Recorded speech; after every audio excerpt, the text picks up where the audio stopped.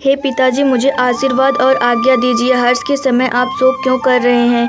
हे तात, प्रिय के प्रेमवश प्रमाद कर्तव्य में त्रुटि करने से जगत में यश जाता रहेगा और निंदा होगी। यह सुनकर स्नेहवश राजा ने उठकर श्री रघुनाथ जी की बाँह पकड़कर उन्हें बैठा लिया और कहा, हे तात सुनो, तुम्हारे लिए मुनि लोग कहते हैं कि श्री राम चराचर के स्वामी हैं। शुभ और अशुभ कर्मों के अनुसार ईश्वर हृदय में विचार कर फल देता है। जो कर्म करता है वही फल पाता है, ऐसी वेद की नीति है। यह सब कोई कहते हैं, किंतु इस अवसर पर तो इसके विपरीत हो रहा है। अपराध तो कोई और ही करे और उसके फल का भोग कोई और ही पावे। भगवान की लीला बड़ी विचित्र है, उसे जानने योग्य जगत में कौन है। राजा ने इस प्रकार श्री रामचंद्र जी को रखने के लिए छल छोड़कर बहुत से उपाय किए, पर जब उन्होंने धर्म धुरंधर धीर और बुद्धिमान श्री राम जी का रुख देख लिया और वे रहते हुए ना जान पड़े, तब राजा ने सीता जी को हृदय से लगा लिया और बड़े प्रेम से बहुत प्रकार की शिक्षा दी।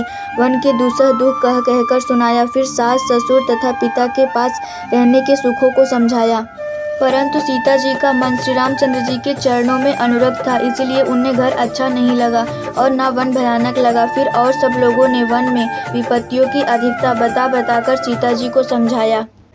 मंत्री सुमंत्री जी की पत्नी और गुरु वशिष्ठ जी की स्त्री अरुंधति जी तथा और भी चतुर स्त्रियां स्नेह के साथ कोमल वाणी से कहती हैं कि तुमको तो राजा ने वनवास दिया नहीं है, इसीलिए जो ससुर गुरु और सास कहे तुम वही करो।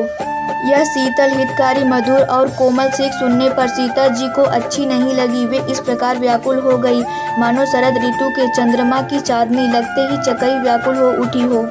सीता जी संकोचवश उत्तर नहीं देती। इन बातों को सुनकर कैकेयी तमक कर उठी। उसने मुनियों के वस्त्र आभूषण माला मेखला आदि और बर्तन कमंडलू आदि लाकर श्री रामचंद्र जी के आगे रख दिए और कोमल वाणी से कहा, हे रघुवीर, राजा को तुम प्राणों के समान प्रिय हो। भीरु प्रेमवश दुर्बल हृदय के राजा शील और स्नेह नहीं छोड़ेंगे। पुण्य सुंदर यश और परलोक चाहे नष्ट हो जाए, पर तुम्हें वन जाने को वे कभी नहीं कहेंगे।